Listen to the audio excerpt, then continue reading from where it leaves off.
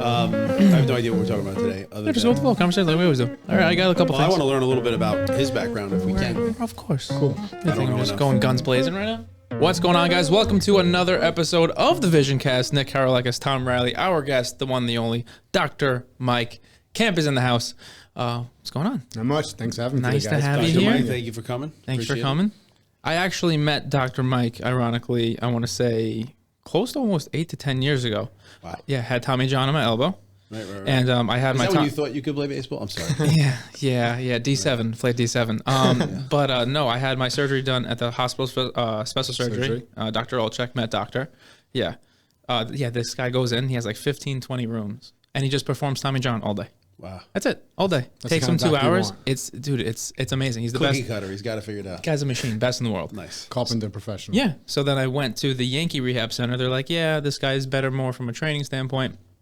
I want to say 2 months into rehab, just wasn't coming along as fast as I should. You a little slow, too. Per usual. So then I texted my best friend. I was like, hey, Nick throws 97. So I'm like, he's doing something right. Let me do what he's doing. So I said, let me, check out Dr. Mike, see what he's about. He's like, come to therapy with me. I'll introduce you to Mike, whatever. Walked in. I fully rehabbed and then some within 8 months. Oh. Yeah. I was throwing harder. Before I got Tommy John, I was still like 80, 85. Yeah. I was throwing 88, 90 by my senior year. Wow. Smoke. Yeah. And it's him. It's just a manual therapy. Like anybody that has any injury, like I go to him for my shoulder, my elbow, my back. I went to him for my ankle.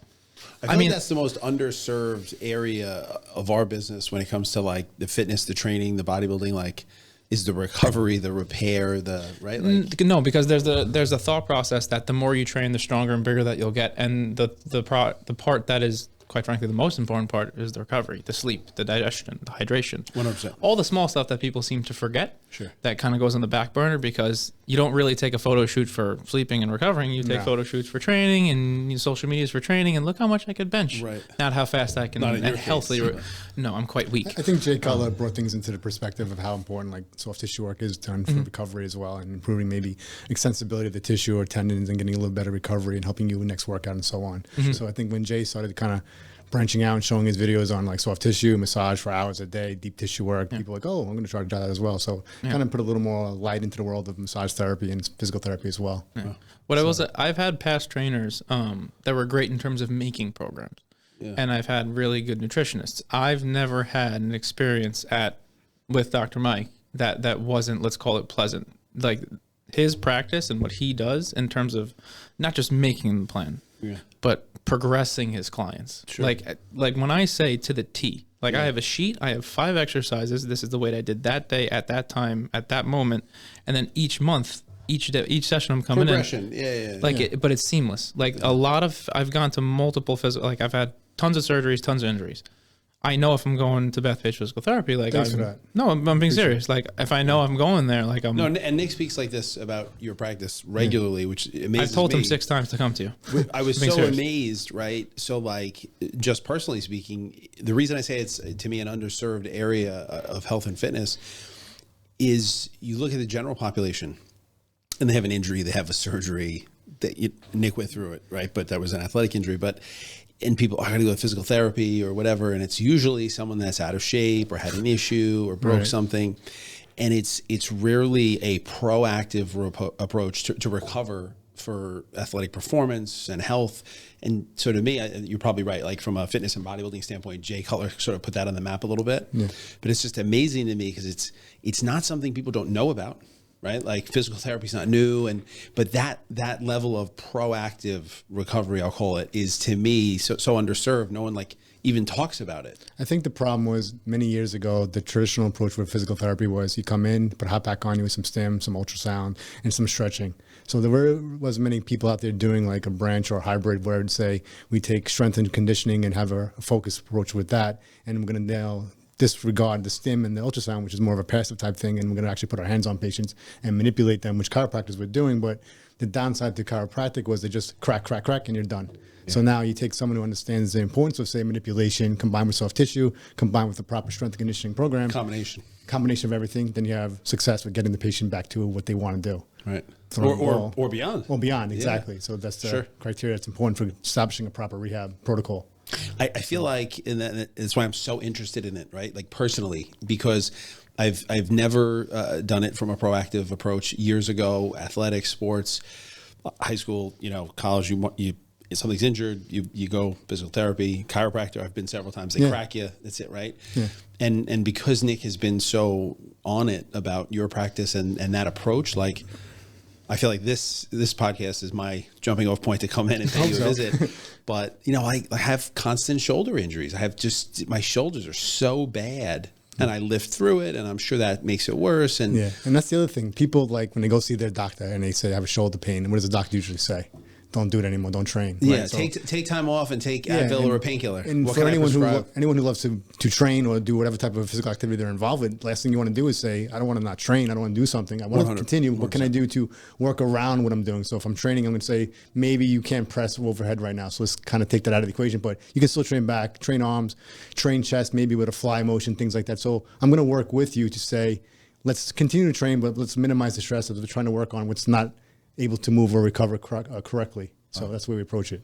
And the best part is your office is close to my house. So I got to make an really no excuse at this point. Yeah. No, and I'm not even saying it to plug Dr. Mike. I'm so interested at you in particular, but that area of health and fitness, because like I said, it's underserved, but like shouldn't be complicated. The way you explain it is super simple. Like it's a hybrid, right? We're doing soft tissue, massage, chiropractic, physical therapy. Mm-hmm. To me, everyone should want to do that.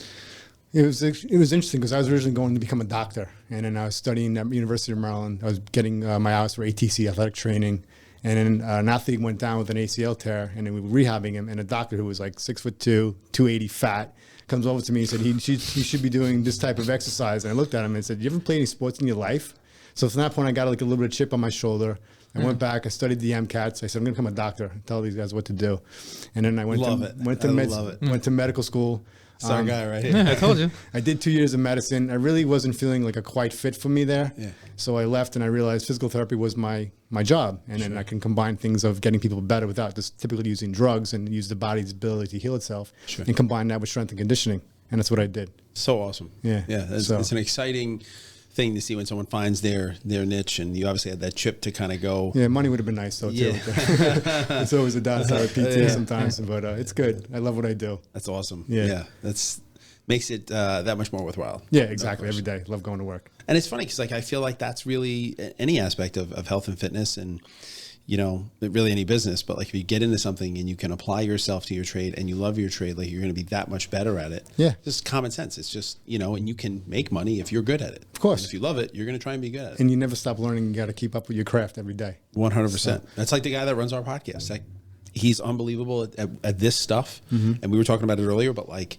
you at your craft, him at his craft, it's, if you can apply yourself and you love it, you're really going to stand out. Like that's right. Than the general. You can't stop. Yeah. You always got to keep the foot on the gas. 100%. Going. So awesome. So when it comes to like, I'm curious in this aspect. So when it comes to like normal patients like myself, and you've worked with everyone from Kevin English to a Division II baseball player who can't play anymore to Sadik, how do you obviously you don't take the same approach with each client, but what's the differences in terms of like your everyday patient that you see every day and then a top tier bodybuilder in terms of their training? Obviously it differentiates by the goal, but what's like the goalpost? Obviously that, differs per person, but how do you approach? In regards to training wise or just in general, like rehabilitation? Just in general. So Kevin was a bodybuilder, so he had to obviously make sure his mass was at the top of the game so he can compete and be the number one guy as an Olympian. Mm-hmm. And Sadik now, it's more about refining the look, being a little more aesthetic in his approach to make sure he's presenting a perfect package on the stage for the physique division. Yeah. So how do I do it? I just I can explain it best like an artist. Everyone can draw and paint, but not everyone's an artist. So I can see something in someone and I just say, needs maybe a hint of blue or a hint of brown. And I just kind of approach it with how I see things in my brain. And whether it's regards to rehabilitation, building a program or building a strength and conditioning program or developing a physique for someone. Mm-hmm. I mean, you have your education behind things like, say, your periodization concepts, Bulgarian methods, block methods, things like that. We've all studied it. But now you have to say it needs a little pinch of something. It's like any field where they're the best at what they do. Mm-hmm. It's kind of an experience, which you have through the years of being... A little custom. Yeah, you just a little pinch of there, so a little splash of color here. And you just you fine tune it, and that's it. But it's just... knowing what the athlete needs to accomplish, can I get them there? Their genetics, are they willing to work for everything that needs to be done? And then you approach it that way. On the genetics piece too, because on social media it's like very popular to say, well, like, oh, well, I would be like that if I had Ronnie Coleman genetics. Yeah. Well, it also takes a shit ton of work too. It's not all genetics and all the fun stuff on the side, but like a lot of it. But in terms of the genetics piece, how do you know? Obviously, you can just tell by a person how they look, but how big of a part does that play in terms of, let's say, someone's progress?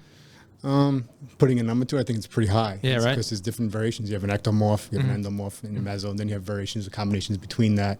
So I have to say I would be like a mesomorph, but I'm not. I'm more of like probably an endo, pudgy, fat, more bulky guy. But then you have guys who are tall and lanky. So they always talk about putting muscle on the tall guys. It's very difficult because of long levers. But people like Kevin English or Ronnie Coleman, great bone structure, round muscle bellies, short attachment, things like that. So developing optimal muscle mass is ideal for these guys. It's hard. Even Sadik is like, he's 6 foot, but he's got, his lat attachment is a little high. So everyone's saying you got to build his back. Can you make his lats low? Like, how the fuck am I going to change his lats? They're attached to it. Exactly. We can build on that, but we can build on it. We can create an illusion, which is what I love about the bodybuilding sport. Is like you can kind of change the way things look and make his legs bigger, so then it appears his waist looks smaller or his lats a little bit more thicker and denser. That again adds to the visualization of having a small waist and things like that. But that's the artist piece. Exactly what I'm saying. It comes back to being able to see that and make sure you're going about the proper exercise selection to develop that.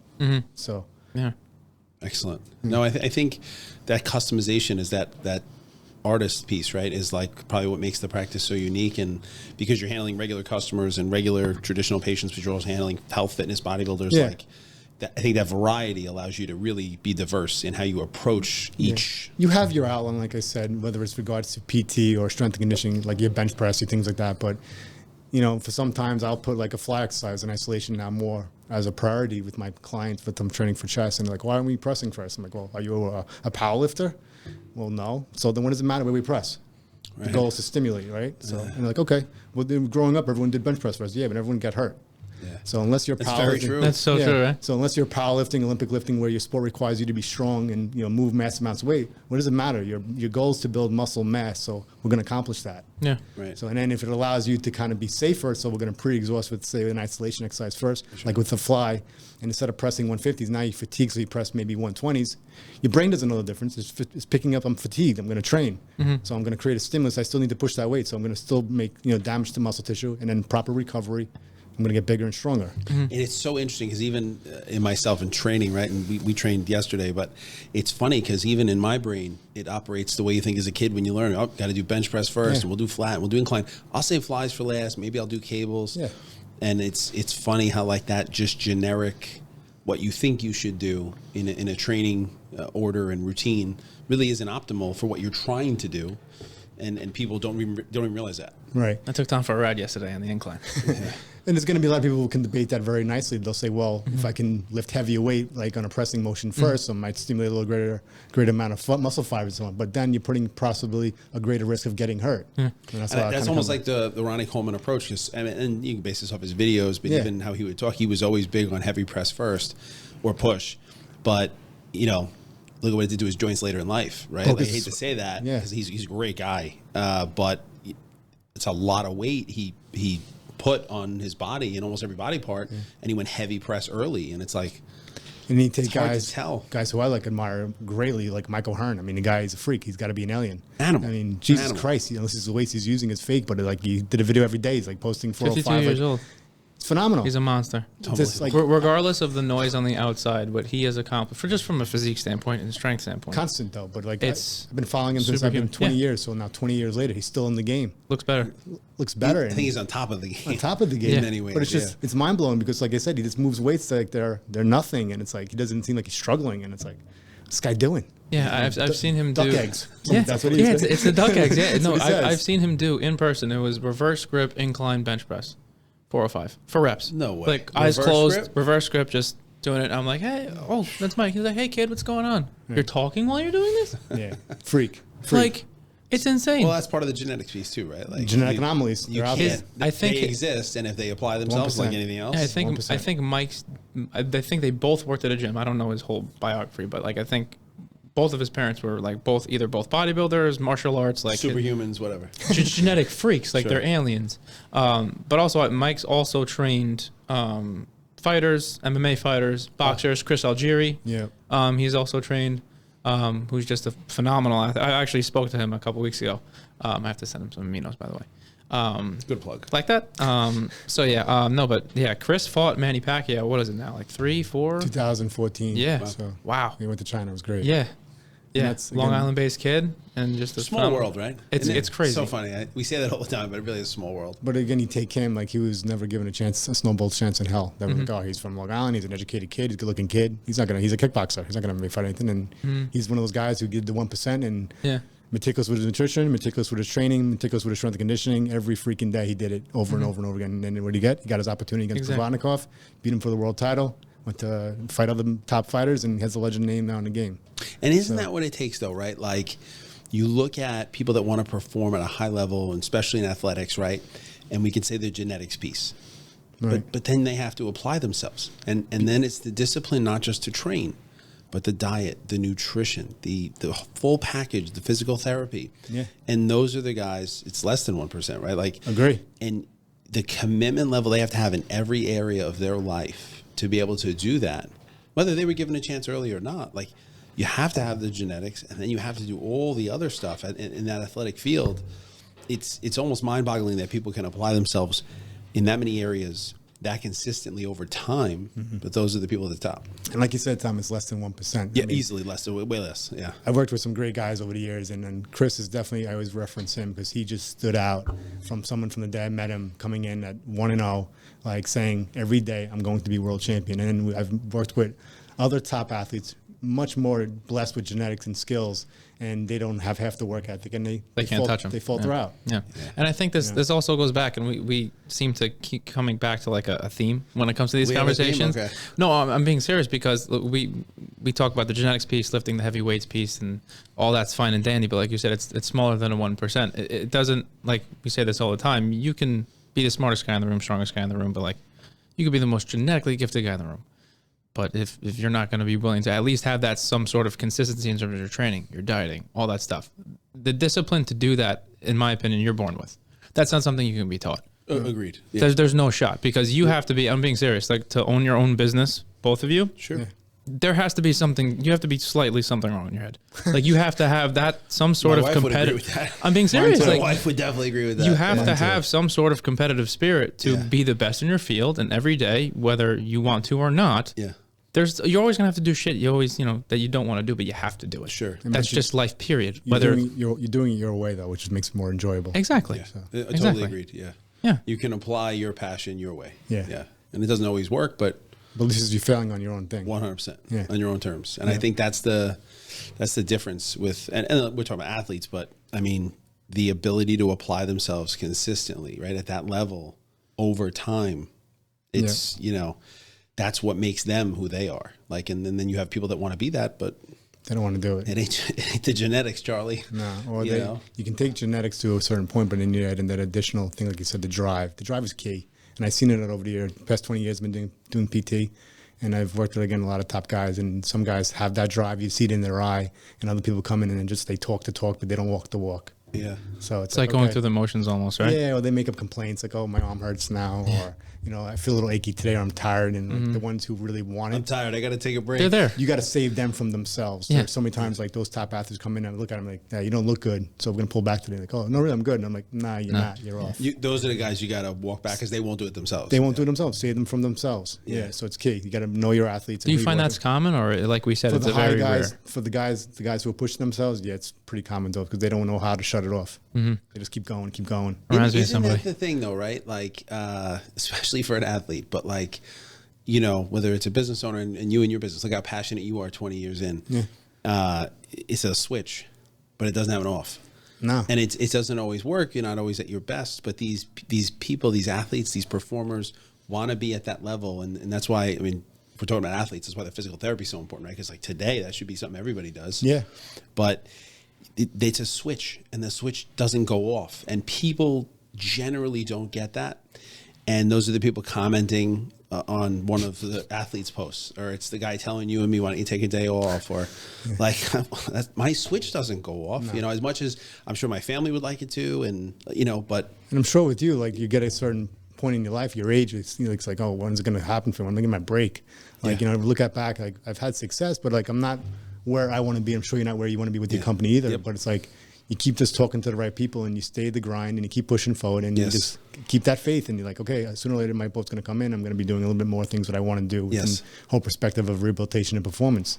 So and that's exactly that's the switch, right? Like you're, regardless of the results, good or bad, or where you've gotten, and it's not where you want to be in the progression line, right? You're still going. Yeah. Yeah, and that's the switch. You're just going to go. And I've been approached by a couple of big companies along on. They wanted to buy me out, and I'm like, wow, not there yet, I'm not ready. And it's like, because you lose the autonomy of your business to control, and then you become a number, and then I got to see, you know, 30 patients a day myself to get everyone in, 5-minute treatments, things like that, and just, you lose the reputation that you built or the quality of your care.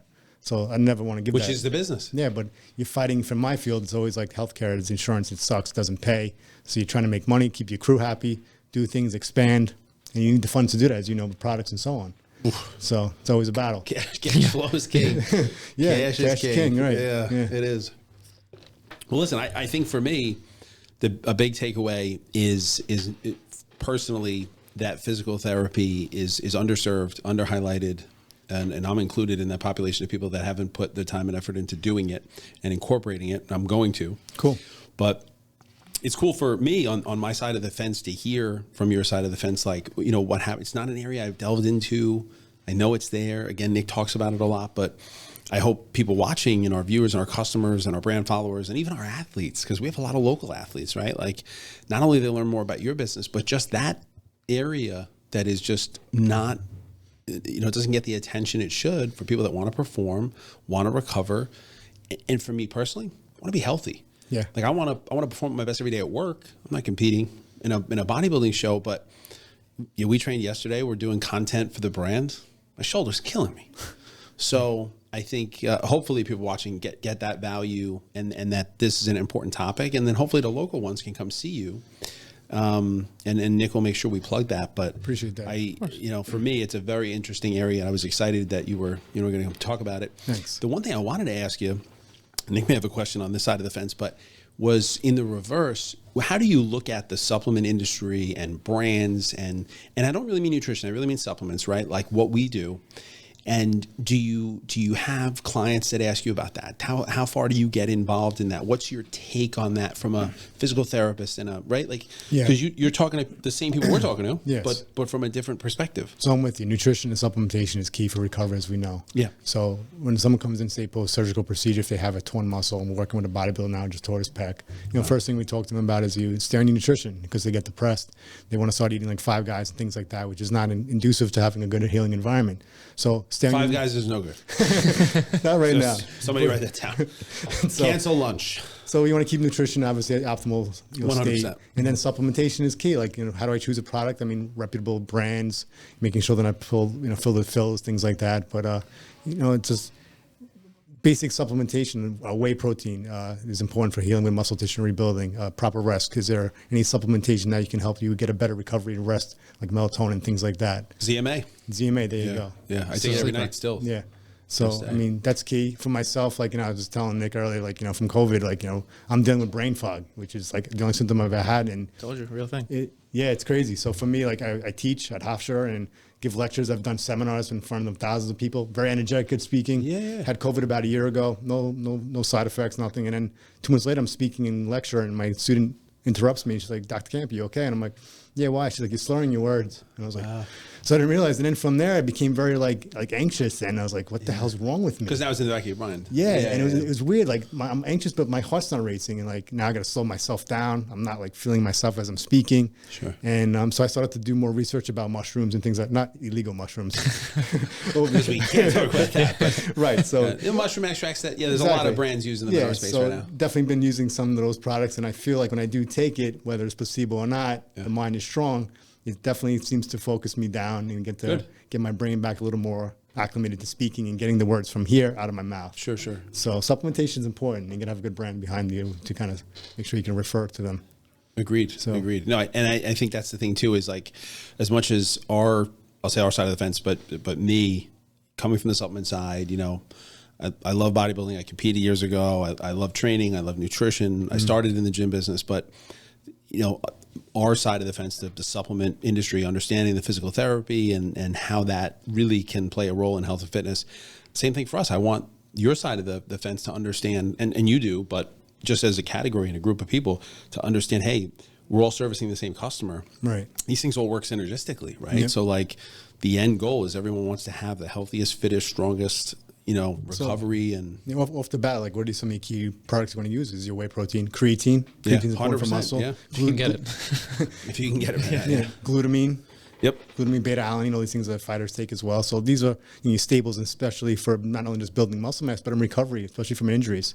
Gotcha. So, Well, I agree with you, and I think we're on the same page with that. It's delivering all the congruent things that help the guy recover, the lady recover, and help the athlete be really the best they can be. yeah, I'm excited to come see your practice. appreciate it. Nick, I miss anything? No, I think ready to rock. I'm excited. I actually have to come in for my shoulder, by the way. Look forward to I having you. actually have to too. Yeah, it's my We'll double date. Yeah, my right scap. I need a good, Yeah. No, I probably need both Loosening shoulders. up. It could be a while. But yeah, Cool. I appreciate you coming in. This was Thanks, big. Tom. Thanks for having me, Tom. Appreciate Nick, it, thank you man. for having me. Thank you. Of Appreciate course. it. That was Awesome. awesome. Episode done. That was great. Solid. Push it to the limit, I can't go no more. Red light, no way, I'm coming back home. Long dirt